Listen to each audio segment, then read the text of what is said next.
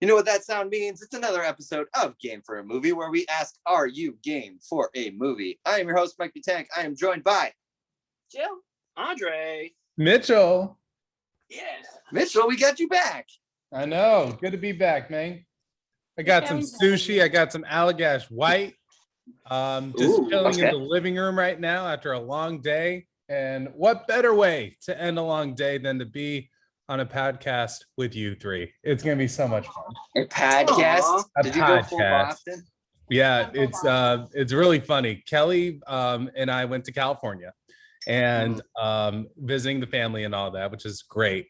And what I have found is that Kelly, who is from Massachusetts, sometimes lets the Boston accent slip out just casually, and she doesn't even notice it. And it sounds, it's like, you know, a dog whistle to the rest of us. We're like, oh my God. She was talking about how her dad used to bring like lobsters, like he used to fish for lobsters and bring them out on his wagon. And the way she said wagon was this, oh my fucking God, that was amazing. And it's crazy how I'm in love with this woman. And the accent to me just sounded really charming with her, but probably repulsive coming out of anyone else's mouth. So this is a very random question, but it's something in my friends chat that's going on right now. How do you pronounce sorbet or sherbet? Or if you're my Pennsylvania grandma, sherbet?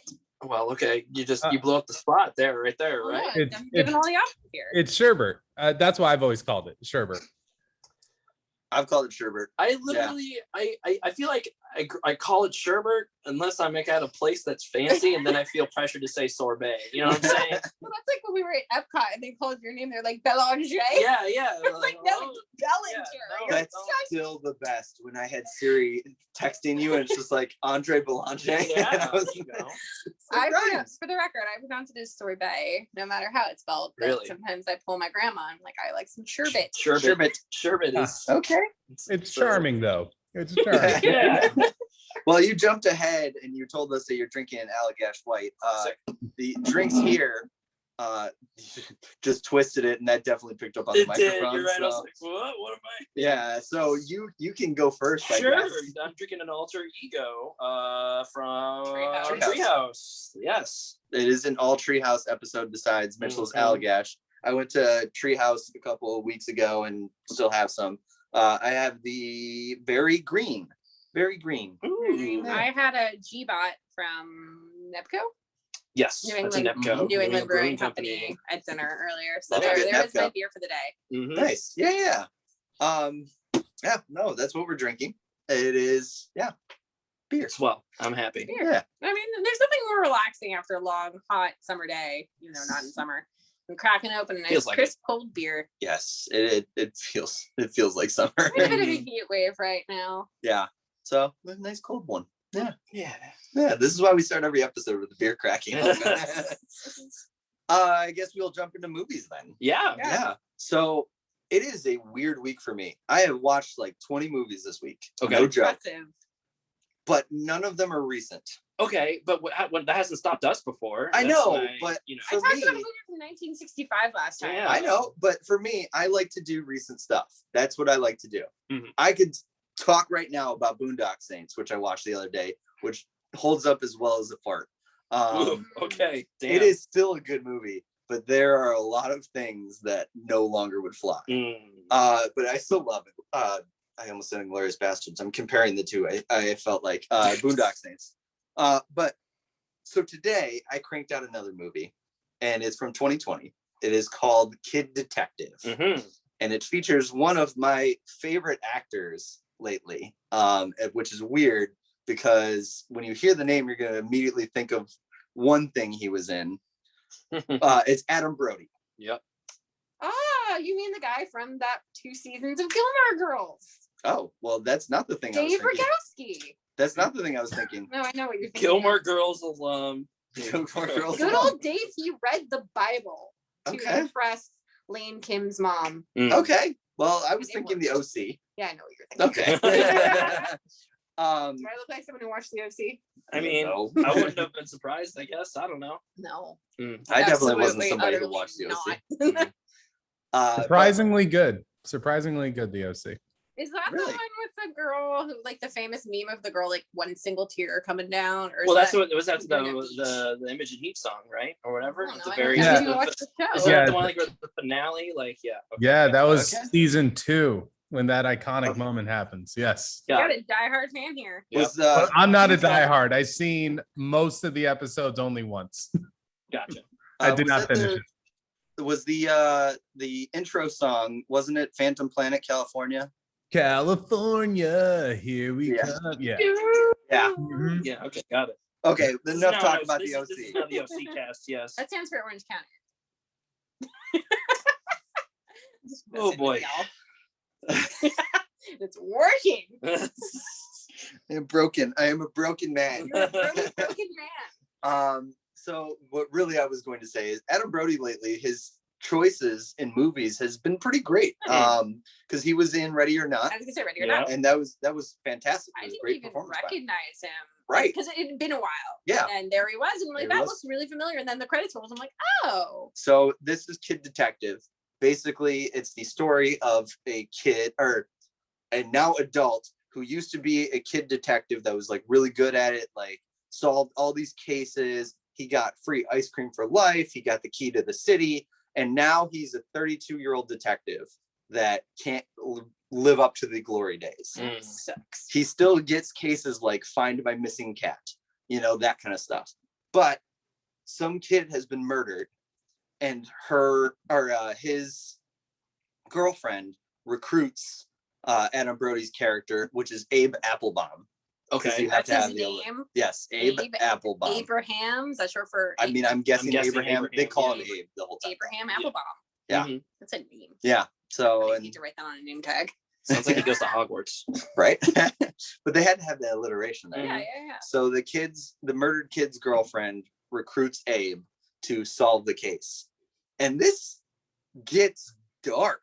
Like, it is a black comedy, don't Okay. get me wrong, but it is a dark black comedy. Like, it is very dark. Anybody have any interest in this movie? Because otherwise I'm going to spoil it. I think you're free reign to spoil the shit out of it. I just want to in know my where I opinion. can find it. Yeah. It is on Hulu. Okay. Yes. I'm it going to is say on this, Hulu. Mike. This sounds, and I'll get to it at the end of your take on this film. This premise sounds very, very familiar, but in a dark twist way, compared to a very early Donald Glover movie called Mystery Team. Yeah. I knew I was going to bring up Mystery Team. It's very similar in that. Yeah, I'm getting the same vibe.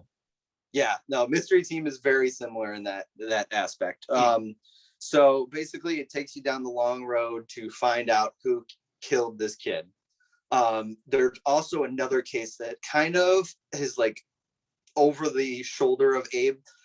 This girl went missing, and he put like the entire town on his shoulders to try to figure out where this girl went. Mhm. So like those cases are kind of just like sitting in his head, and like he's kind of a screw up at this point, and he's like a kid at heart still, where he like relives the glory days. He still goes to the ice cream shop every day because he has lifetime supply of ice cream. Hey, why not? Oh, nice. Okay.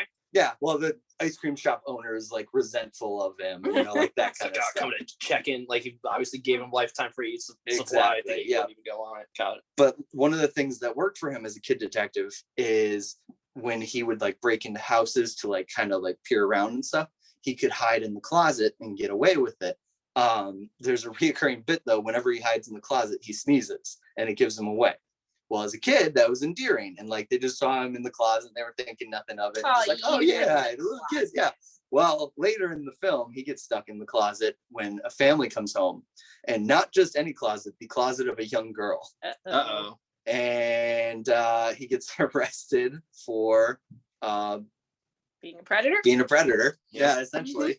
And like there's a newspaper article about like how he was masturbating in the Oh, closet, like Jesus. stuff like that, like going all over. Yeah, it's that bad. But the turn, so again, if you want to see it, cover your ears or do whatever. No, okay. So the turn is the person that killed him, the kid, was the school principal. Uh-huh. The reason why is he also abducted the girl and basically forced her to do things, you know, and that stuff. Yeah. And there was a daughter. The daughter was the girlfriend.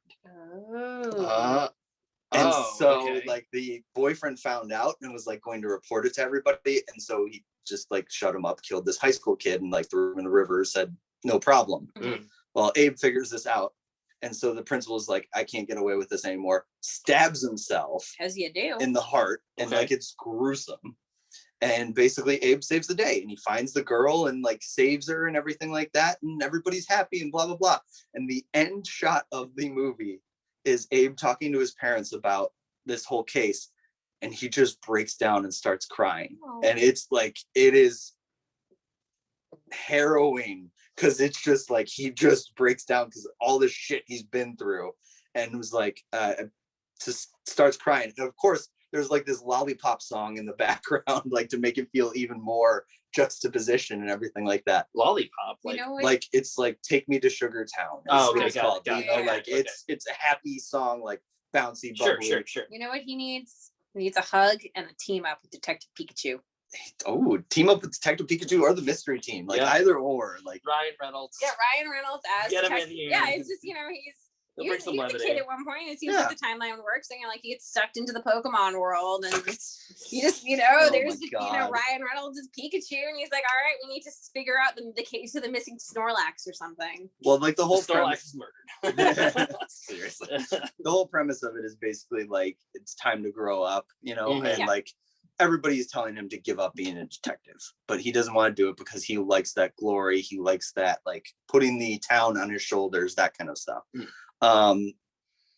It's super dark. Like it is just super dark. And if you, I'm watching this in the middle of the afternoon, like sunshine, everything like that. And I'm just sitting there like, wow, okay, this was a good choice. But yeah, it was very decent movie for what it is. It's like a Starz original, I guess. So it's not, I don't think it got released anywhere except for on Starz. And then obviously now it's on Hulu. I would say probably 3 out of 5 closet sneezes. Okay. Yeah. Nice. Yeah. So I don't know. It was decent. Decent flick. Better than you expected. Hour 40. Yeah. Like it was a quick hour 40, you know? Yeah. Okay. And then you got good actors in there. Exactly. Right. Like I said, I really enjoy Adam Brody lately. So that's what got me to say, okay, this is it. Especially because I needed to watch it today because I hadn't watched anything recent. So that brings us to, you guys are splitting a movie? Yeah. I think so. Yeah, right. Okay, right. cool. We're gonna tag team this one. Yeah. So Jill and I, we watched Zack Snyder's Army of the Dead. Release the Snyder Cut. Yeah. No, Well, actually, no. I think the Snyder Cut has definitely been released for this movie. The Snyder Cut's actually at one scene. There's like a shot of like film reels. Oh yeah. It's the Snyder Cut. Oh gee. Oh, is that like the actual Snyder? Oh God. It's in the vault.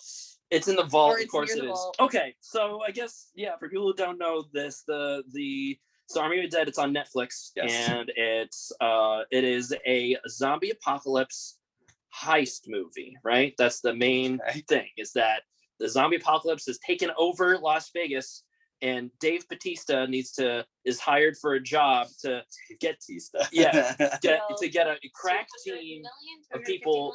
No, it's like 150 million or whatever. 200 million. You're right. Yeah. You're right. To crack open a safe at the bottom of a casino. Okay. So basically, first off, this movie, it's definitely a Zack Snyder film. If you like Zack Snyder's movies, I think you're gonna have a great time with this one. If you have problems with Zack Snyder, this is It's got a lot of Snyder trappings, including a bulky late runtime. Yes, it is 2.5 hours off the top. Off the top. To me, I did not. Yes, it was a snappy 2.5 hours. This is where Jill and I differ. I felt that 2.5 hours. I could have had this at 1:45, and I would have been. This is interesting that you guys have 2 different opinions, and honestly speaking, I would have thought it would have been the opposite, where you would have thought it was fast and you would have thought it was slow. So I like this. This is great. I think I have less patience for Snyder's shenanigans than even Justice League Snyder Cut. Like it was long. It's too long. Yeah. But there were, I probably could have sat through the entire thing in one go. Right. I didn't mind the Snyder Cut of Justice League. I really didn't. Yeah. It was definitely better than the Whedon cut. Sure. Yes. Okay. I still didn't need 4 hours of it. No, I didn't need 4 hours. But yeah, overall, I'm glad I saw it. Am I ever going to watch it again? Probably not. Right. I actually think I will be rewatching. Yeah, it might be at some point, but like I'm not. Whatever. Anyways, we're not talking about Snyder. We're talking about Snyder though. We're talking about Snyder. No, totally. But Army of the Dead. First off, the zombie apocalypse. Well, I shouldn't really say apocalypse because the nice thing the thing I like about this movie is there's some fun twists on it where the zombie problem is entirely localized to Las Vegas. Mm-hmm. And it starts by a guy getting roadhead from his new bride. Exactly. Right. They're on the road from Vegas. They're on the road from Vegas, I think right? From Vegas. And then there's like an army convoy from Area 51, and they're having some very heavy-handed dialogue about like exposition. Be like, what are we bringing? We don't even know. So, right. It could be some heavy shit or whatever. And so of course, like the guy's getting roadhead. He's a distracted driver, obviously, right? And then the army convoy, they're distracted because they're trying to figure out what it is. Exactly. And then they crash in, and then there's they released the first 15 minutes of this movie before the movie was released. Mm-hmm. So I saw the first 15 minutes. So I'm up to when they close off Vegas. Okay, got it. So, to be fair though, like the opening sequence of the film. So after the roadhead guy dies, his bride dies, the thing in the convoy is the thing in the convoy is released. And what's interesting, there's some like, you're just not smart, you individual. There's like a moment where like it could be a nuclear weapon. So there's like a military guy who's like approaching the thing, and they're like, "Did you not just hear the nuclear part? Right? Why are you getting closer to this thing?" No, I mean like with most zombie movies, there's a lot of almost like, what the hell are you doing? Right. And I feel that's part of the experience. You expect that, I guess. We'll get to our least favorite character. Yes. But that opening 15 sequence, including the I like the opening credits. Yeah, because Snyder can do a really good opening title sequence. He has a lot of musical numbers in this. A lot of music montages. I will say though, it's very reminiscent of Zombieland, isn't it? Like no. The only thing I could think of was Zombieland when I saw it. So you saw the first 15 minutes, right? So that's the most. So that's like definitely the most over the top because like for those who don't know, the first 15 minutes, the opening credit scene, that's showing the sequence of zombies taking over Las Vegas, right? And so it's just very over the top, like everybody running away and stuff like that. With Viva Las Vegas is playing over, right? That is very the characters. You meet all the characters, and like it shows Dave Bautista and his group of like how they got to become zombie killers. Okay. That is very Zombieland. I agree with that. Yeah. The rest of the movie is pretty. It's less jovial than that. I just meant the like intro credits. Yes. Yeah. That's what I meant. Absolutely. Because it's very similar to the intro credit scene from Zombieland. I haven't seen the intro. I haven't seen Zombieland in quite some time. It's like slow motion. Like it shows you different parts of the world where like the zombies have taken over, including there was a Vegas one with like strippers with boob tassels that had like undead boobies. Yeah. A lot of undead boobies in this. Yeah, a lot of undead boobies. Yeah. But like some Snyder works, this film peaks early, and then you kind of are like, okay, well, great, I've still got 2 hours left to go. Yeah, man. And I mean that, and I'm not saying I said it didn't feel long to me. It really didn't, but I think there is a lot of things they set up and they establish a tone early. And there's a really fantastic moment where they're putting the team together. They're meeting the guy who's giving them the mission. And they're kind of walking through the stages of it, and they do this really, really hilarious. I didn't realize it was a vision until the sequence ended and they revealed it. So it's like, this is what you're gonna do. You're gonna go in. You're gonna walk 2 hours to the casino. It's the trailer shots. You know what I mean? It's showing the trailer shots. And it's hilarious. It's very funny. And then that's really that is the end of the tongue in cheek. This is really funny. This is batshit wild. This is what it is. And then it devolves into your stock standard heist action movie, but emphasis on the action, less on the heist. Yeah, right. There are good characters, and there's more color in this movie. I want to make a point. The movie is very colorful. Within 5 minutes, there's more color in this movie than all of Justice League. My thing is that don't you know? Good and bad is gray. Oh my gosh. We live in a society. Shut up about your stupid society.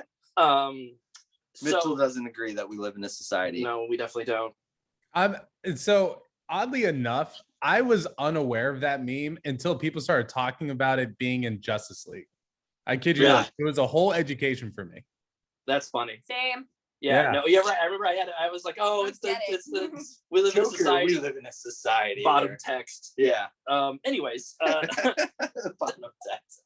Back to Army of the Dead. My biggest problem with this movie, I feel like it's kind of like wasted potential of the movie, where like once we actually so we have the setup. The Dave Bautista, he gets his team together. It's the cheesy tropey. Rick and Morty spoofed it. You son of a bitch, I'm in kind of sequence. Literally, they do that. Like literally, yeah. Like the pilot, she basically says that, and it's totally fun. It's tongue-in-cheek stuff where I like it. I love that. Yeah, that's me too. my favorite. Like I said, the movie peaks early. But then, as soon as they have the team together. And I guess we should explain also that Dave Bautista has a daughter that he's separated from because the daughter watched him tearfully stab his zombified wife in the head because she turned and it was hard. And they're separated. And she's a volunteer at the quarantine area outside of Vegas. She gets them in. And then apparently she has a friend that went in and is lost. To get money, right? And she's like, I'm going in with you. And they're like, what? Like, no, it's crazy. Yes, and then Dave Bautista girl with no military training. Yes, it's supposed to be a 19-something girl, like no military training, gonna just ask you to get killed. And of course, John Marston's son, Jack. Because this is a movie. Yes. Yeah. Because this is a movie, she comes like Dave Bautista relents and she goes with them, right? Right. So as soon as they get inside, because movie. Yes, because movie. Yeah. As soon as they get inside, it is no longer a heist movie to me. It's basically just a zombie movie, which is fine. But like. They marketed it as a heist. I was expecting way more heist hijinks, right? Yeah. So there's like a little intro through at one point with the safe cracker. Yes, and I should say, they have the safe cracker who's like a very very slender, slim German lad. Innocent boy. Yeah. And he has never killed a zombie before. He's obviously the green one. How do I do it? Yeah, right. Like, how do I kill a zombie? Like, seriously, you shoot him in the fucking head. Like, can I use go for the brain? Can I use a rock? Well, yes, that is a brain. Yes. And he's fun. And oh my gosh, who is the Vanderhol? Well, who plays Vanderhol? I don't know, but he's a great actor. Oh my gosh, it's Omari Hardwick. Hardwick's character. Right. Yeah. So he's like great cast. He's the brawn, and they start like they're probably the emotional core of the movie for me because they start out at odds. Obviously, Omari Hardwick, like huge, like his trademark thing is he has a buzz saw that he uses to kill zombies. Very Gears of War. But the problem is, and I'm tangenting on a tangent here. They show him in the intro using the buzz saw of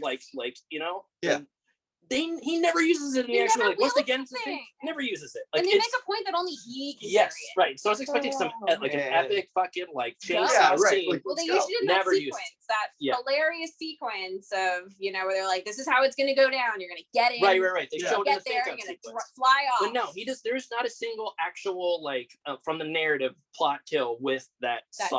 Is it Zack Snyder's Dawn of the Dead where they have the bus and the chainsaw scene? I've never seen I think so, but I don't want to say for sure. I don't remember what zombie movie it is. I don't remember if that's Zack Snyder or not. Do you know what I'm talking about? Yes, I know what you're talking about. Yeah. So basically there's the scene where this guy, they're on a bus that they've basically made this zombie protected bus. And this guy revs up a chainsaw because he's going to chop off the zombies as they're running by. Okay. Well, of course, they hit a bump or something like that. And he falls forward and chops one of the survivors with the chainsaw. It's goofiness and that kind of stuff. I was kind of hoping for that kind of stuff. No, not as much. Especially with the buzzsaw being a part of it. That's right. Chekhov's buzzsaw does not go off. And I don't want to say there's no really good action sequences. There's some really fun kills, and there's a lot of fun moments in this movie. But it didn't really. There was one brief moment where they get to the bottom of the casino. And it's those two characters again. It's Omari Hardwick and the locksmith. Dieter. They're based Dieter. Yeah. The actual character's name Dieter. I don't know the actor's name, unfortunately. But anyways, they're basically they're at the ground level. And they're the ones that have to get to the safe or whatever. Yeah. While everyone else is carrying gas cans to the helicopter at the top of the building. Whatever. There's a little sequence where the locksmith has the eureka moment and finally unlocks the safe, and once the safe is open, that's it. No more heist shenanigans, basically, right? Heist is done. Just zombies get out. Well, it's so dumb because the main plot is I feel like nobody has a sense of time in this movie, and I get that there's a thing called you have to turn your brain off, I guess, but still it took me out of it where when they go into Vegas, they are 4 days away from 2 days away from the place getting nuked. Mini nuked. They're gonna wipe it off the face. They're gonna kill them. So like that's the plan. Is that like literally on the newscast they say the president, who's based, they don't drink him or Trump, but it's Trump. We're like gonna nuke them on the 4th of July. 4th of July because America. Oh, yes, as we do. Yes, and I'm like, fine, whatever. And we were like rolling our eyes, and then halfway through they get into Vegas, they get down to the safe. And at the same time, there's a news announcement being like, as cool as it would be, there was a lot of pushback. So we're going to move it up a day. So their window goes from 24 hours to an hour and a half. An hour and a half to 2 hours. And then like they seem mildly inconvenienced by it. Like that's the thing. Like they're like, what? What? We like, had 24 hours. Yeah, no, it's really tight, clean plan. But the crew like looks at that and they seem like mildly concerned about it. They're like, they're them tell Dieter. And no, they don't tell Dieter, which is a good idea because they don't want to. He's half an hour to get his time. Like that's fine. But like Dave Bautista and the rest of the crew, they're like, oh well, shit. Like, wow, we have an hour and a half now. Like, okay, I think we could do it, whatever. And like, they still take time to like talk about their personal stuff. Like, you know, we still spend like 10 minutes of screen time with Dave Bautista talking to his shitty daughter about like how like, oh, she sucks. Is she the worst character? She's the worst character. You teased it earlier. She is the worst. And like, so we know she goes into Vegas to go find her friend who went in to get money so she can, you know, escape the life that they have. And like, as the daughter is just trying to justify the reason that she needs to go with them. Yeah. She's saying she has kids, we can't be left behind. Well, you would take care of the kids, but if you go and look for mommy and you die too, then great, you've just orphaned some children. Right. Good for you. You've totally not helped the situation. Yeah. Yeah. We also haven't really talked about like the zombie side. So the zombie outbreak happens, and what's cool about about the zombies in this film is that there's normal shamblers, and then there's what they call like alpha zombies, right? Which have a higher form of intelligence, so very I Am Legend. So this is Snyder's way of having both kinds of zombies, where you get like, you know, the Night of the Living Dead, and then like 28 Days Later zombies, which is a cool idea. I like it. Yeah. And the main alpha, who I later found out they never name drop him because he doesn't have one, but he's go by Zeus. If you get bitten by him, you turn into an alpha. You turn into an alpha. So they have some form of communication. They're faster, they're stronger. Right. He looks like Adam Driver, so I was calling him Adam Driver's zombie. Yeah, he's like a metalhead Adam Driver. You know what I mean? He got the very loose, ratty hair. Yeah, he really looks. It was Driver Zombie. He's got a wife. He's got a lady friend who's pregnant, which I don't really know how a zombie woman can be pregnant, but sure. Yeah. Okay. Yeah. Right. So that's the thing, is that and they set it up really, really cool too, where like, you know, the person that's escorting them in, she's been in the zone much more frequently than Dave Bautista and his group has. Right. Like the idea is that Dave Bautista, she knows the rules better because like Dave Bautista and his old crew, they were there when it started, but they stayed out ever since. It's probably been some months or something like that, right? Maybe years, whatever. They get out of there. They were like, and so the person that their escort that's letting them in, she says like, hey, like this is different from what you guys are used to. It's not just the shamblers. They have a whole entire like hierarchy now. And I had this, my whole mind was going like, Ray's like, wow, it's super cool. Like maybe there's like different tribes or different like social constructs. Suggested that could happen. Yeah, but it's literally, it's just, no, it's the idea is that it's one king zombie, better level of zombies, and then shamblers, you know? And it's okay, sure. And that's not me for like that's not like Zack Snyder didn't make the exact zombie movie I had in my head. It's like that's always silly to say, but it's more like that's what happens. Okay. I get it. Yeah. And like the reason the zombies really go just, you know, swarm on the humans, it's they broke the rules. So there's part of the team. So they're hired by a wealthy businessman.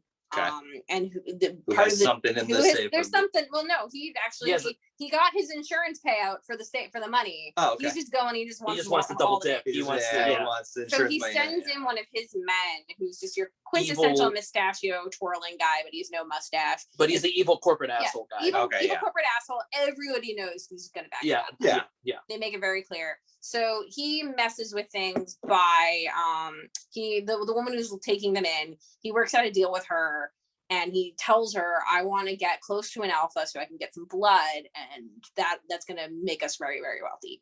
In reality, he wants to take the head so they can have basically the whole. They could weaponize the alpha. Right. Okay. So he decapitates the queen, which definitely is going to piss off Adam Driver Zombie. Yeah, Driver Zombie. And it does. Zeus. Right. Zeus. Yeah. But Adam Driver Zombie. Got Adam Driver Zombie, which it does, and that's really what spurs the zombie horde to like, okay, we know the humans are in here. but we're like they're respecting us to like, no, we're just gonna kill them all. Right. Yeah. So that's when all the team members start to be picked off one by one. Yeah. And around this time, as shit is starting to hit the fan, the nuke's coming. We only have an hour and a half. The daughter's like, I'm gonna sneak away now and go find my friend who got dragged away by an alpha.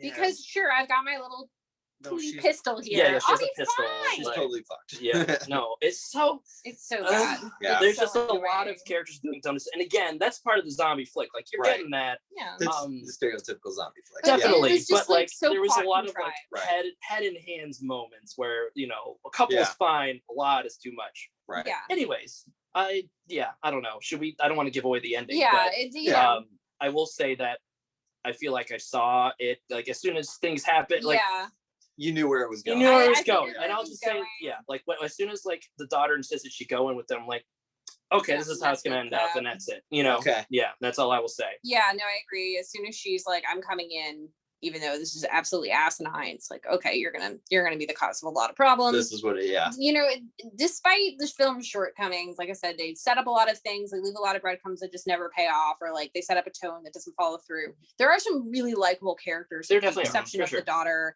Okay. Dave Bautista's I think everyone who's involved in this film is having a really good time. Yes, no one is phoning it in.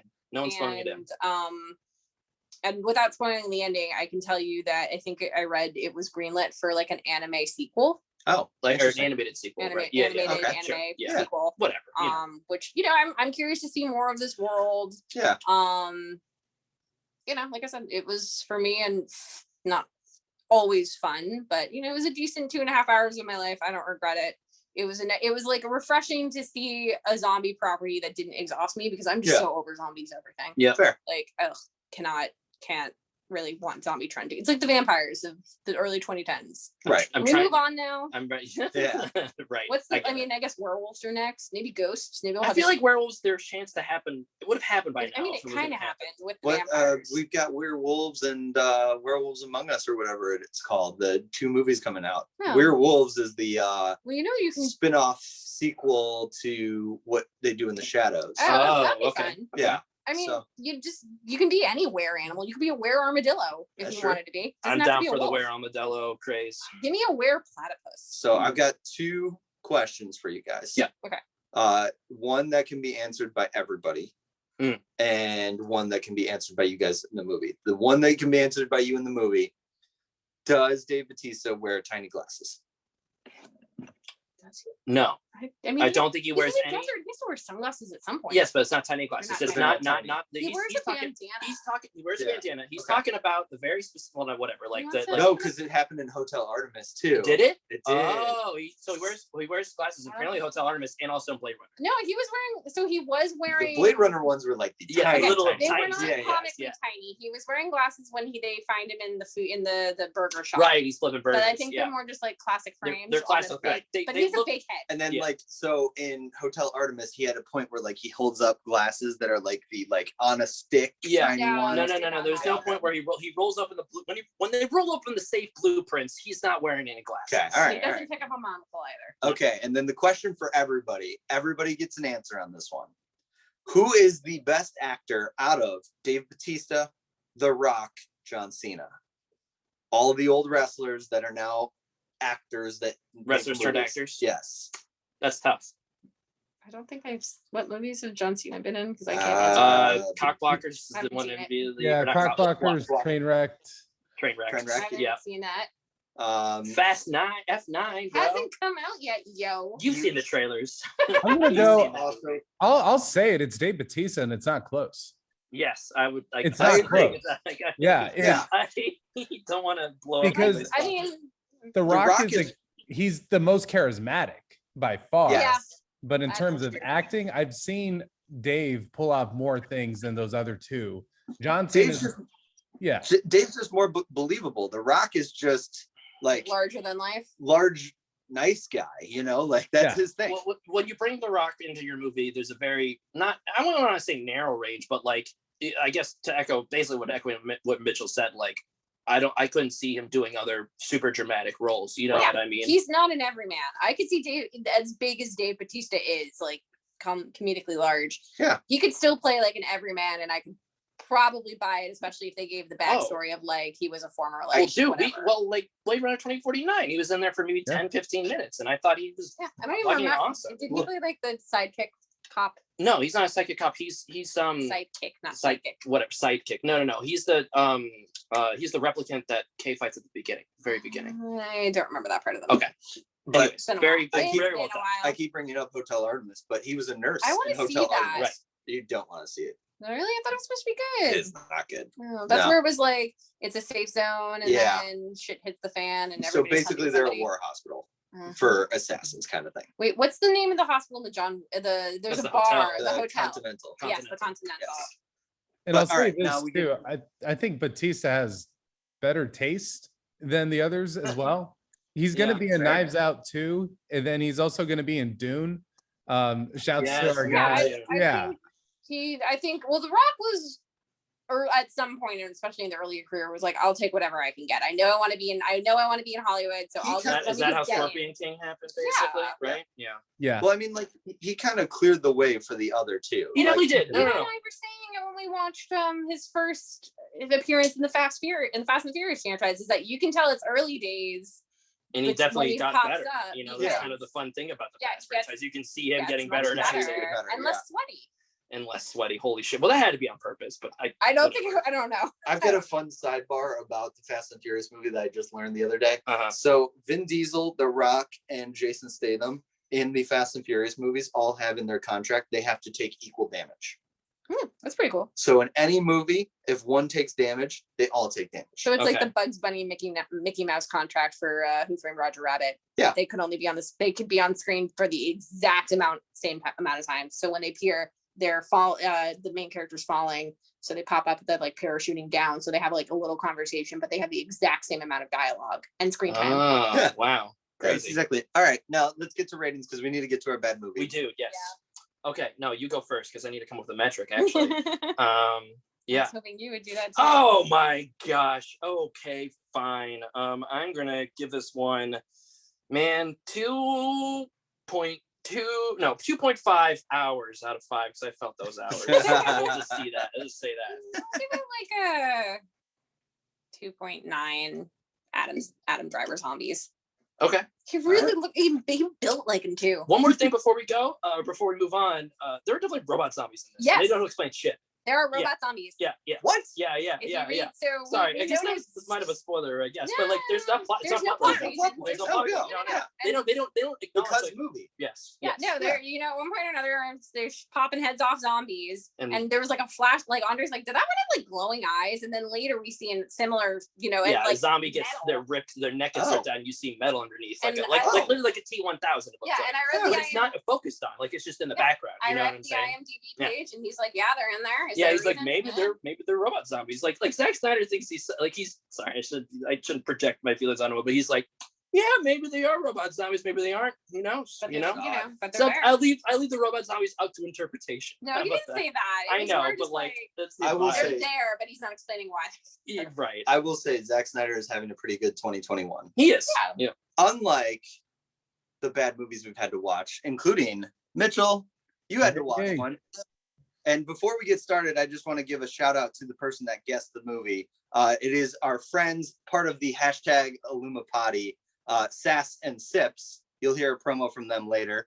Tell us about the bad movie that you had to watch. Oh my goodness. Let me just start with this. Guys, after a long year of 2020, there were so many questions that went through my mind. I was reconsidering, my position in life. This is a nice way to press pause.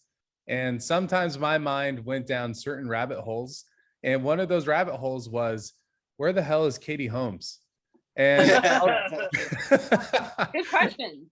And I'll tell you, Katie Holmes was busy releasing a film called The Secret, Dare to Dream, as she was starring as Miranda Wells on a movie based on a book, which is based on a pseudoscience belief that if you believe in something enough, you will attract that thing towards you. Are we all familiar with The Secret? Yes, there is. So yeah, I was gonna say, when Mike told me the name of it, I'm like, you mean like that documentary cult, belief thing? And then when it started, like even the film's title, like font, is the same as the movie, as like the famous one. This just reminds me of the episode of IT Crowd where there's the Star Science, whatever. It's like a cult, but basically he's like, so I just turn with my back to space, throw a piece of paper over my shoulder, and I get what I want. And the question immediately is, how do you turn your back to space? Yeah. Yeah. It's the same. That's the same logical questioning that you would give to someone who believes The Secret as well, which unfortunately this movie is just propaganda for. And I did some research. This way of thinking is from something called New Thought. That has a whole Wikipedia page. So that's the level they put into this. But yes, and Wikipedia is calling it pseudoscience. So I'm just putting that out there. However, this film takes itself. What's that? Oh, I said Katie Holmes was married to Tom Cruise. Yes. So she jumped from Scientology to New Thought. Yep. Yeah, that's the thing. You thought that there was a brighter future for Katie after getting out of that situation, and she jumps to this. And that's the thing. This movie takes itself so damn serious, and that's why everything about it ends up being so bad. And I'm talking everything from the acting, shouts to Katie Holmes one last time, even to the kids. I'm not going to stop there, man. The kids, we have a teenager, we have someone who's about 12, and then the young one who's about 6, who had this crying moment. Like, it was definitely one for her reel, where she broke a little Black Beauty horse doll thing. And she was supposed to be crying, guys. And oh boy, did she make a face like she was about to cry for about 5 minutes. So it was great to see. It was really cringy at points. And ultimately, I felt sad watching it because there are folks who I think legitimately poured some effort into this. You know what I mean? Like, they actually believe there's a result to be had if you were to put in that kind of, over the top positive thinking in order to attract different things, whether you want or wish, desire for in this universe. And I will tell you, none of that comes true without putting in legwork or actually things happening in real life, not just in your head. But let's get to the dialogue, because the way let's break it down. Let's get to the dialogue here. So The Secret, just to get into the actual plot here, it's an entire vehicle for this philosophy, if I want to call it that. Katie Holmes stars as Miranda Wells, who is a single mom with 3 kids living in New Orleans, Louisiana. I think we have all heard of it. But she is hit on some hard times. Her husband died her husband died 5 years ago, and she's still grieving his death. And she's raising these kids on her own. And there's a hurricane at the beginning of this movie that comes through, and it blows. Is it Katrina? It's not Katrina. I forgot the name of it, but this is post-Katrina. It's supposed to be set in its own little world. And then there's a big tree that blows a hole through the roof of this house that they're living in. And oh my God, this is awful. But meanwhile, we meet this guy played by Josh Lucas. His name is Bray, B-R-A-Y. Bray rolls into town, okay? And the way that we're introduced to him, he has a manila envelope with something inside. And by the way, it's sealed shut with a logo that looks like The Secret from the book. Like the wax logo? Yeah, exactly. Like he's going to Hogwarts? God, son of a bitch. Exactly. And he rolls up to... That's the second time I brought up Hogwarts. Yeah, what are you doing over there? I'm just thinking about, witchcraft and wizardry, man. Just talking about wizard shit? Yeah, right? Talking about wizard shit. Let him be a Hufflepuff. It's okay. Yeah. Okay, all right. Anyway, so he rolls up to the house before the hurricane comes through, and he's looking for Katie Holmes. We don't know why, but the only person that's there is her son, her one and only son, who's about 10 to 12 years old, who's fishing in the backyard. And Josh Lucas rolls up to him, and he's just like, hey, I'm looking for Miranda. And it turns out it's his mom. This very awkward exchange about how he's not supposed to talk to strangers comes up, but he also gives this kid advice about life because he's not at school because he's sick, but he's out here fishing on the bayou. So I don't really know what's going on here. What is he sick with? Yeah, what's he ill with? They never Asthma? explain. They never really like explain. does he have like the plot telling cough or something, or No, is he and that's the bedridden? thing. They never actually invest into that storyline at all. It's just, Okay. but they say it twice, so it's not like he's sick with a cold. Because Grandma brings it up. Grandma's just like, oh, he can't stay in this house with the mold or whatever. He's already sick. Like, you know, you're supposed Does he to have the black one? I was about to say, like Yeah. Maybe he has asthma. Remember that 90s film I showed you with the Chuck Norris sidekick? Oh yeah. And like the main character gets shit on because he has asthma. So clearly he'll never amount to anything in life. Really? Right. It's a death sentence. If you are listening and you have asthma, you suck. I have asthma. I grew up with asthma as well. I had the machine and everything. Well, you suck. Both of you. You suck. You needed Chuck Norris to bail you out, I guess. Yeah. I don't know. Yeah, man. Just one good roundhouse kick to the throat fixes the problem. There you go. Got there.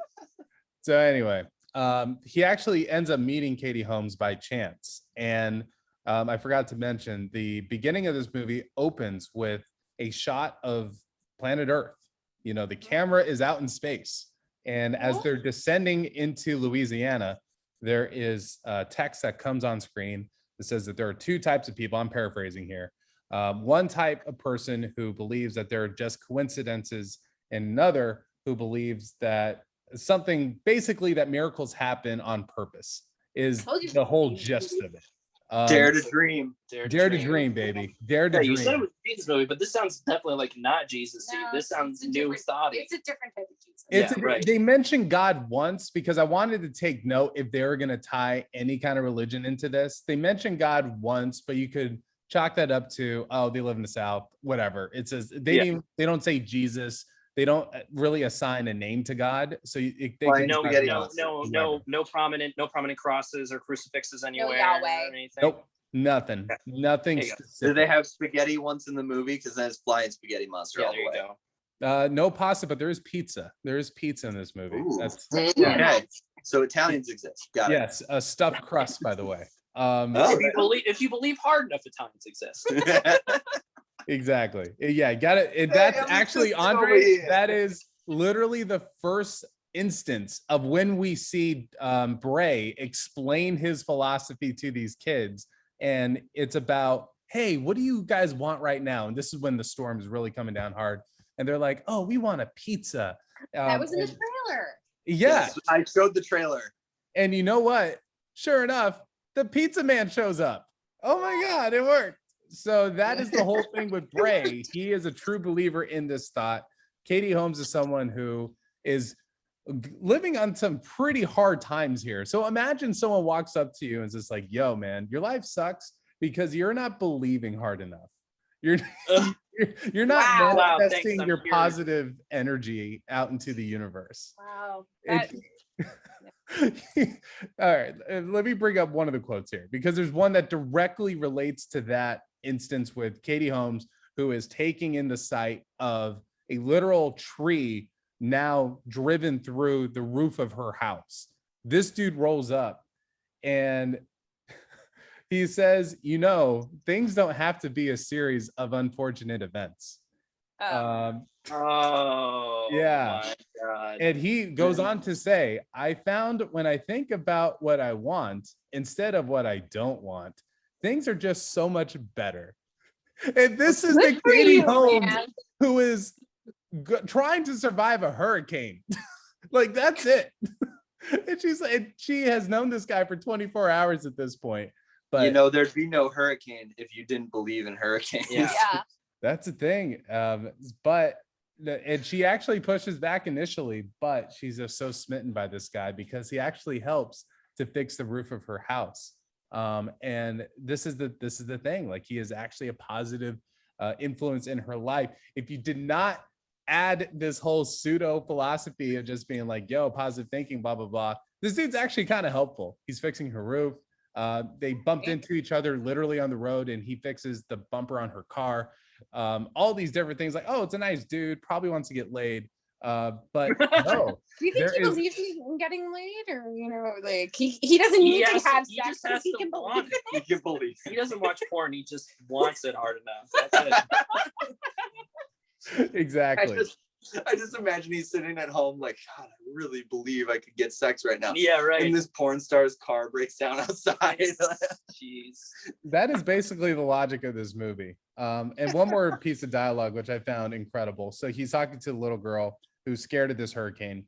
And his way of consoling her is saying that, oh, you know, nature can be very powerful, but so are you. And that's it. And then that leads into the pizza scene. That leads into them manifesting pizza, but it didn't manifest them protecting their house from a tree popping through their ceiling. But what kind of toppings are on this pizza? Like how good a pizza was manifested? I saw sausage, I saw pepperoni, and it was stuffed crust. It wasn't so it's a deluxe pizza then. Yeah. Okay. Mm-hmm. Pizza Hut. It was delivery, so it's not DiGiorno. It's not DiGiorno. Yeah, it was delivery for sure. So anyway, we have this whole thing between the two, but the reason why he's actually in town, you remember that envelope I was telling you about? He was trying to deliver that to Katie Holmes, but for whatever reason, and the movie does a piss poor job of explaining this dude's reasoning for this.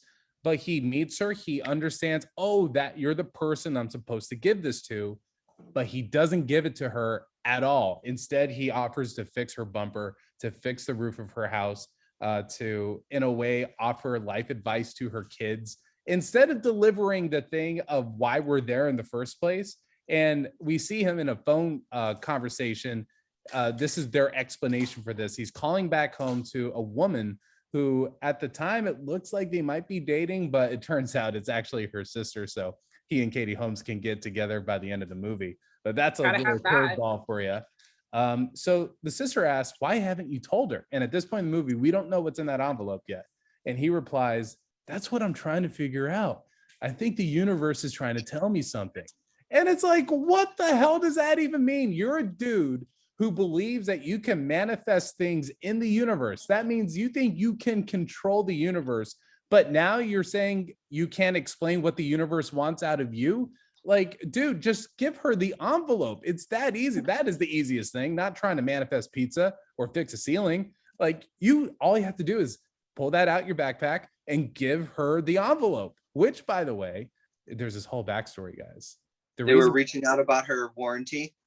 It's not a warranty. From her husband? Is it like a letter from her dead husband? Oh, Jill, you have seen Hallmark movies. I can tell. And I've seen P.S. I love you. Oh, yes. Like, my best friend was your husband, but he never mentioned me once. And that's the thing. So her husband died in a plane crash. Okay. And guess who was in that plane crash with him? Homeboy. Brad. Did he cause the plane crash? Did he manifest the plane crash because he didn't believe hard enough that planes could fly? He believed that he wouldn't die. No, Jill, that was before his life changed. So it's after that point in his life when he started doing this kooky thing. What happened was they crashed. He's the only survivor in this thing. The reason why they're both on the same flight, and this is like a small little plane, they met at an engineering conference in, I think, Las Vegas. Doesn't matter. They're both engineers. And zombies. Exactly. They're both engineers. They're putting together ideas for some machine that they explained, but my eyes glazed over. And what happened was, in this envelope is the patent to the invention that he and her dead husband made together. Here's the thing. In such a small aircraft, and she doesn't know who this dude is at all. So she's shocked of like, why are you here? And all this kind of stuff. They have this whole third act blow up. But don't worry, they get together at the end at a Waffle House. There's this whole thing at a Waffle House. That's pretty religious right there. I think the waffles is the real Jesus they found along the way. I feel God in this Waffle House. Are you saying the Waffle House is like the waffles are like a metaphor for communion or something? Okay, got it. I will say God in this somehow. That was my favorite part of the movie, because I'm like, oh damn, like I would 100% hit up a Waffle House at that point in the night. Like it was late. yeah. Just getting late. And I'm like, dude, what sounds better than some chicken and waffles at a Waffle House? And I was totally in. I was like, that may have saved the movie for me. Is the very last God minute. bless this Waffle House. God bless this Waffle House. So Feels their bad whole with Waffle House right now. so spoilers for people who care. But it turns out they make this thing together. For whatever reason, that was withheld from Katie Holmes, knowing that her husband had an invention that was going through the patent process, and finally went through. And suddenly, they find the envelope that he had been trying to deliver to her, and with it is a check that is like 100,000 whatever dollars. That's just enough to cover all the different debts that they had kind of, expositioned into the dialogue earlier in the movie. It's just like, oh wow, like they manifested this or whatever. But here's the thing, the movie's logic doesn't work for me, because if you want me to believe that Bray is right in terms of positive thinking is going to lead to all these other things, Katie Holmes never really buys into that. Like, we don't see her having a moment of turning her thought process around. She's still in a relatively dark place. She ends up saying yes to a guy who proposes to her. Almost out of more Jerry O'Connell. Exactly. Yeah, Jerry O'Connell. How could I forget? Easily the second most famous person in the cast. And he is not a bad dude, I would say. Just a guy who wanted to propose to Katie Holmes.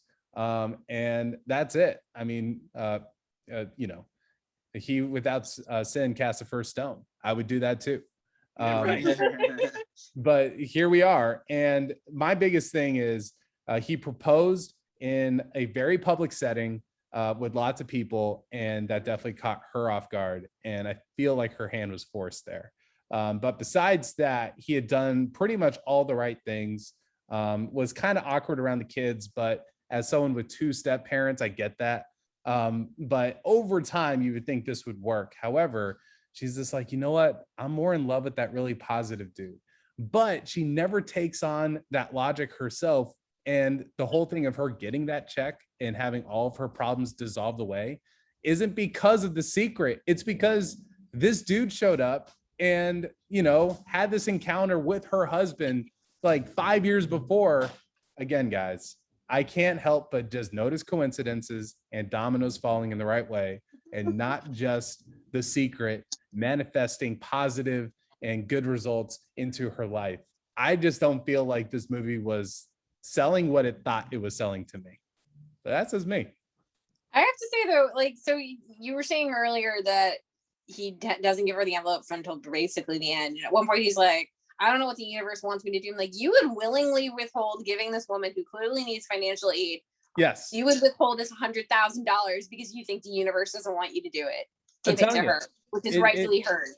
It's dumb. Unless you're telling me that this whole positive energy thing is more of a conversation than a request. You know what I mean? Like the universe asks something of you, kind of like I don't know, what's that thing? Karma. Yeah, I don't know if it's a karma thing where you have to put in good to get good back. But they could have done like the snowball of like one kindness leads into another until it gets bigger and bigger and bigger, and then suddenly they built a community center for the family, because that's what happens in films like this. And that's even that requires too much logic for this movie to take on. Yeah, yeah, none of it makes sense. But what I find, like, it's funny to watch because like I said, acting's bad, dialogue's bad. But before I get to my like serious my critiques of this movie and how dangerous I think it is, I do have two very funny things to talk about. There were two nominations that this movie garnered as it came out last year, right at the beginning of the pandemic. Awful timing, whatever. I guess they didn't believe hard enough. Didn't believe hard enough. Yeah. Totally killed their box office. Yeah, totally. Both are for Katie Holmes. One for worst actress from the Razzies, as you would expect. Yeah, that's just chalk at that point. It's just like, Meryl Streep for an Oscar, Katie Holmes in essentially a Hallmark movie for the Razzies. Got it. And this one's more interesting that actually Kelly looked up.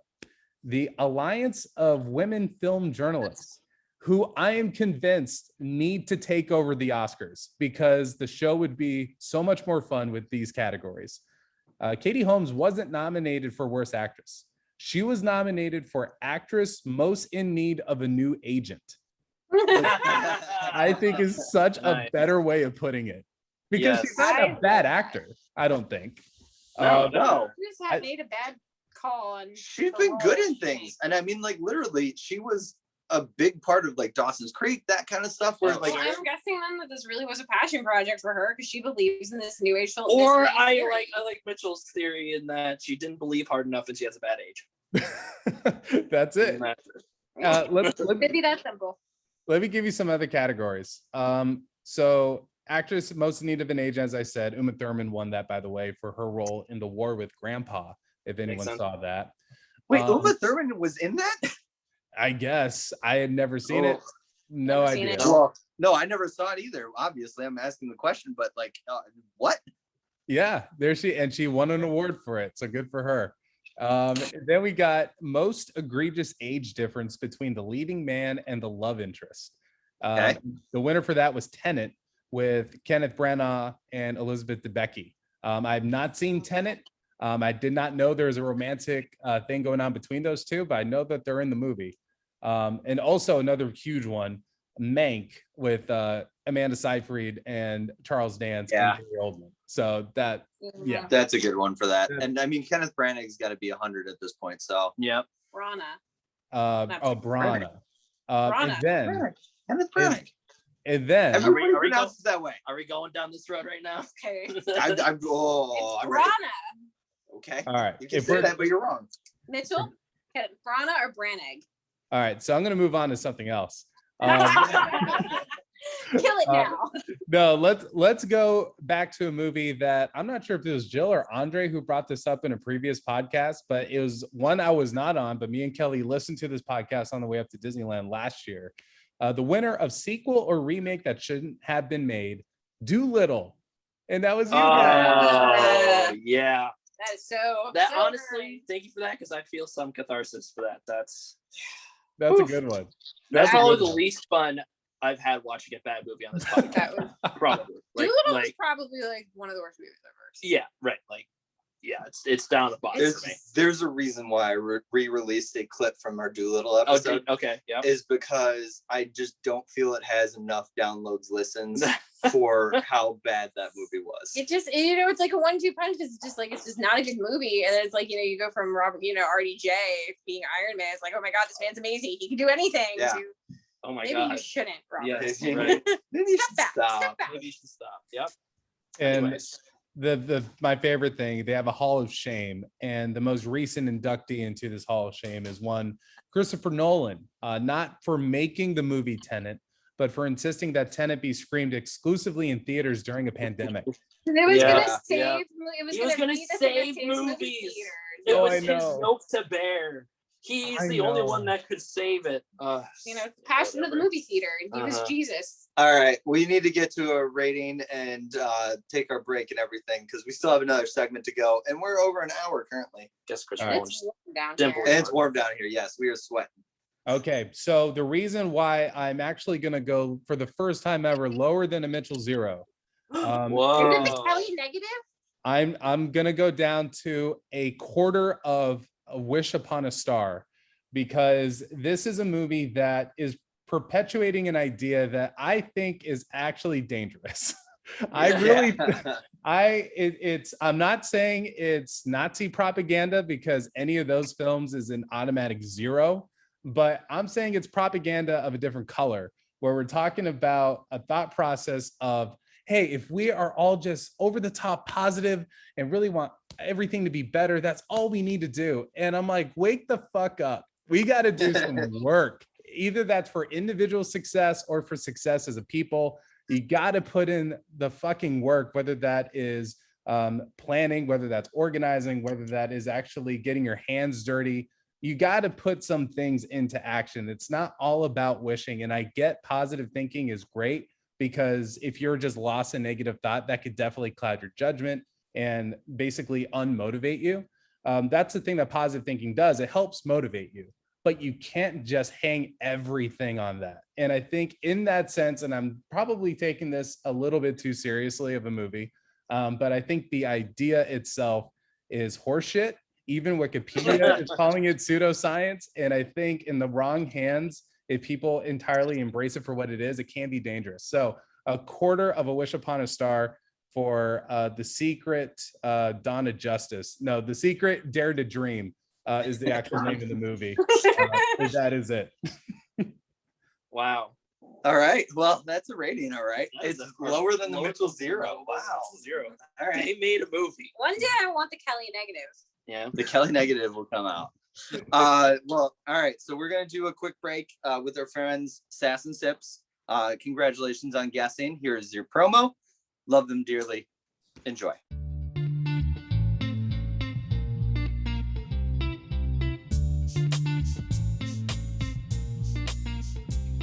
Hey there, I'm Lisa. And I'm Agnes.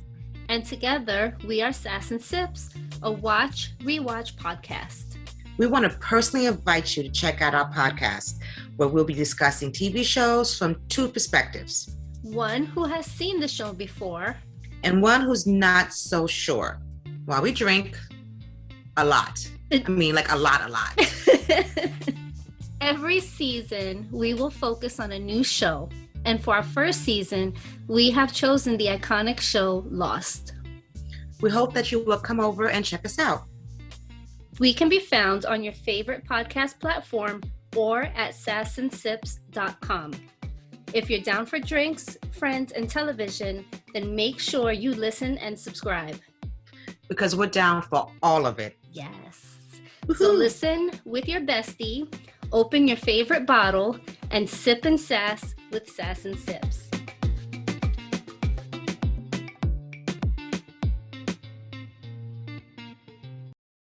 That was an ad for our friends Sass and Sips. They are part of the hashtag Illuminati. We are Illuminati. Are they actually part of the Illuminati? No, I don't think so. Maybe. They will not admit to it. Yeah, exactly. I don't know if anybody will admit to that. That brings us to our favorite segment. At least my favorite segment. Oh, okay. I don't know if it's your guys' favorite segment. Catch or trash. Yeah. Hashtag catch or trash. Do you have a song for us, Mitchell, now that you're back, or no? I'm eating sushi, but let me wrap up the episode with one. I'll do that. All right. We'll let you wrap up the episode. So the first thing I'm going to talk about, Hulu's M.O.D.O.K. It's Marvel. It's animated. It's adult animation. It's Patton Oswalt as a talking brain man. Yeah. What can go wrong? It really, that's exactly it. I've 2 episodes in so far, and it is decent. I will say I'm not completely enthralled with it, but Patton Oswalt is enough to keep me going. So I'm going to give it the hashtag cash. Okay. Yeah, that man makes voices a rat who loves food, and I buy it. Exactly. Oh yeah. It looks like it has. This sounds very like a very. Have you seen BoJack Horseman? Yeah. It looks like it has BoJack potential in terms of like, haha, funny show about the Brain Man, but then also very sad. It's very family drama kind of thing. Yes. Okay. But I think it's the same animators who do Robot Chicken. Yeah, yes, very similar. yes. Which makes me cautious because I don't. I love Robot Chicken. I am not a Robot Chicken fan. Yeah, I like Moral Oral. That was my adult. Wow. Okay, so you don't like Robot Chicken, but like Moral Oral, you're in for. Because it's hilarious to me. Yeah. Okay. Nice. I mean, I love Moral. That's awesome. You're awesome.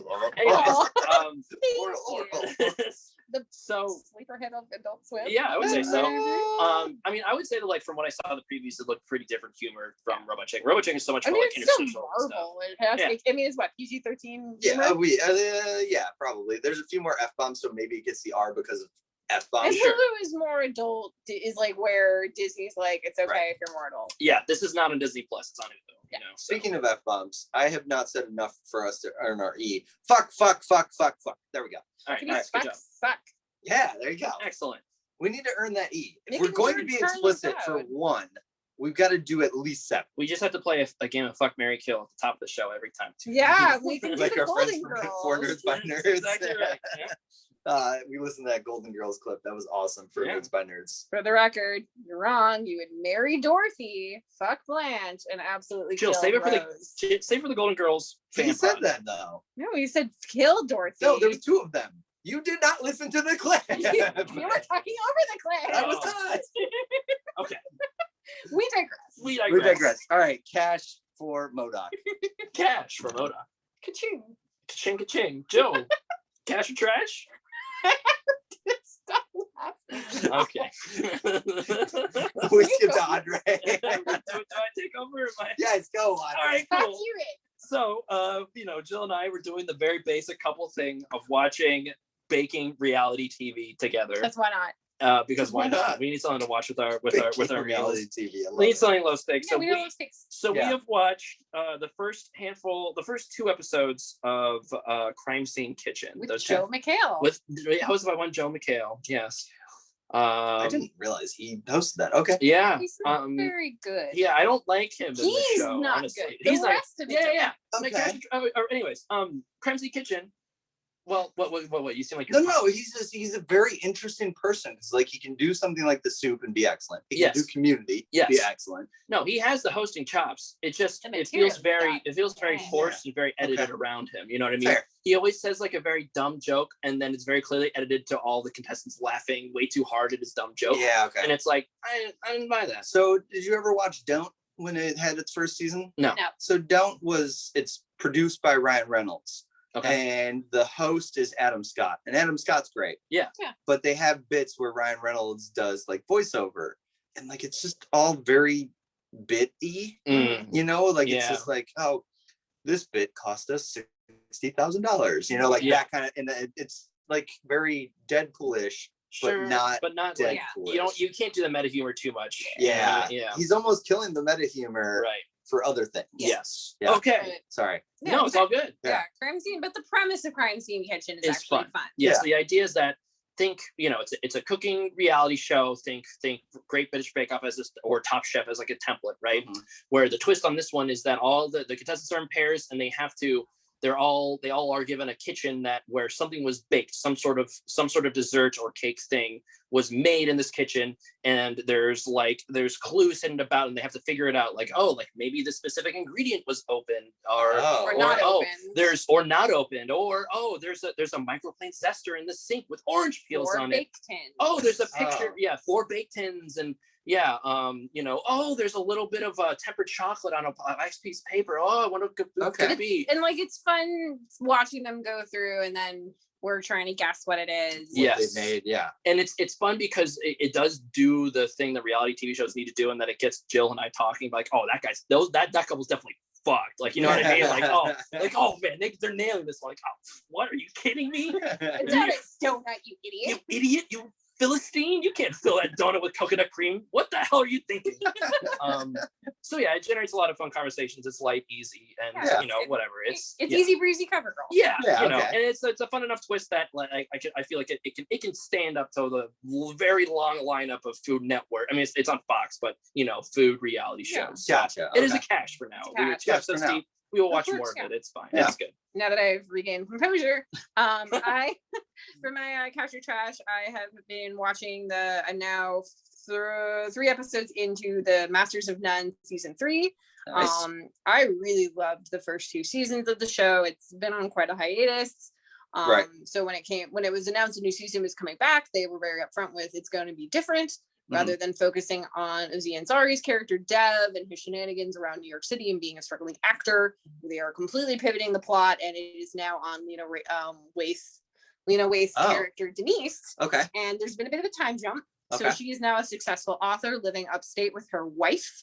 Okay. And the way that the series is shot is very similar to Ingmar Bergman's Scenes from a Marriage. So it's actually shot in a different ratio. It's shot on 16 millimeter film. So it's got that grain to it. And there's, if you're a cinephile, you're going to love the way that this looks. Long shots where the camera stays absolutely still and the characters come in and out of the camera as they just live their lives, or the camera sits on a character for 3 minutes while they eat a sandwich and opera plays.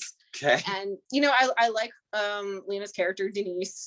She was always really fun. The plot is really interesting, but if you're showing up thinking that this is going to be picking up where season 2 of Masters of None left off, you are going to be significantly disappointed.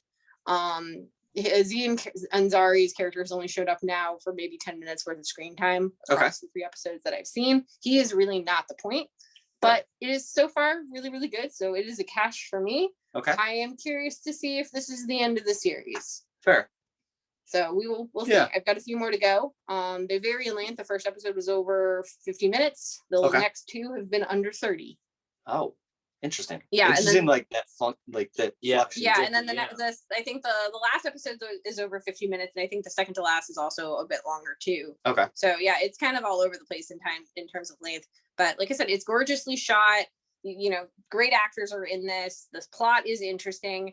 And just as an aside, the house that that is like almost like a third main character, absolutely gorgeous. And I was utterly gutted to find out that the house does not exist. The exterior is real, but the inside is all soundstage, and it is like the most gorgeous little cottage thing with reading nooks and great art and fireplaces. And why is that not real? But absolutely a cash. Perfect, Mitchell.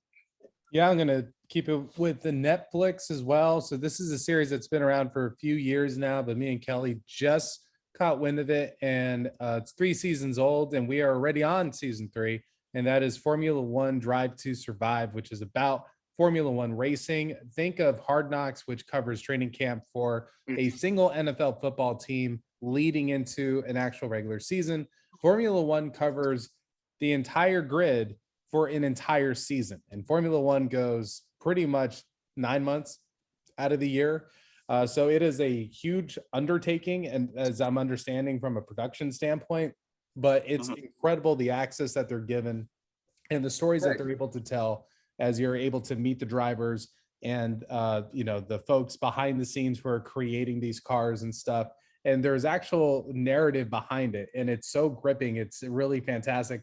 There's no way I could have gotten into Formula One at this point. Me and Kelly have gotten up to watch Formula One racing in the current season because of this series.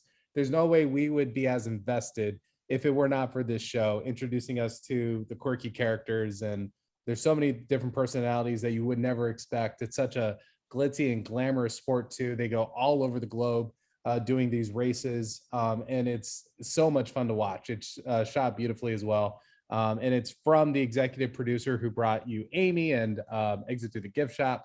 Really knows his documentaries, and this one I believe is his first docu-series. So Formula One Drive to Survive on Netflix, and even if you're not a sports fan, there's a lot to like here. It has kind of a Moneyball kind of edge to it, where there's a lot of underfunded teams that are trying to compete with Mercedes and Ferrari, like the big name guys. So it's a lot of fun to watch. I'm assuming the answer here is yes, but Formula One has always been kind of like a world that I've been just outside of, but I know nothing about. Somebody as a totally new viewer to the sport. Could I jump in on this series, you think? Yeah, I mean, the only racer I knew heading into this was Lewis Hamilton, who's like the biggest name in the sport right now. And what about Will Power or Max Power, or whatever his name is? Isn't that Homer Simpson, Max Power? Power. Max Verstappen? No, there's a Power. Okay, I don't know. I'll look it up. I'll look it up a different time. We're good. Is it a higher power? I would say this. They do. So what they do, Andre, is they basically construct the narrative around the people more so than around the races. The races are obviously the tipping points of when people get fired or traded or whatever. But really, like the very first introduction that you get is a driver for Red Bull at the time, Danny Ricciardo, who is just the most personable dude. He lives in Australia, and that's where the season was opening that year. And it was so much fun for us to like watch him in his home environment, all to see it go to shit in the actual race. No spoilers, but that's just how the whole thing starts. It's really gripping, and the actual storytelling of the races themselves improves over time. They learn how to shoot it better, and I think they get more access in terms of different camera angles and all that. But it's really, really well done. And in the later seasons, they open up access to the top drivers like Lewis Hamilton and all those other guys. So I could not recommend it more. Formula One Drive to Survive. Oh, nice. So cash. We need to hear you say the word. Straight cash, homie. Nice. Well, that's 4 caches. Wow, that might be the first time. Run. Yeah, that might be the first time we've had 4 caches. Well, I guess that brings us to the end of our episode 34. Yeah. Thank you for listening to Game for a Movie, where we ask, are you game for a movie? I've been your host, Mike. I've been joined by Jill, Andre, Mitchell. We'll see you next time on Game for a Movie. Bye. bye.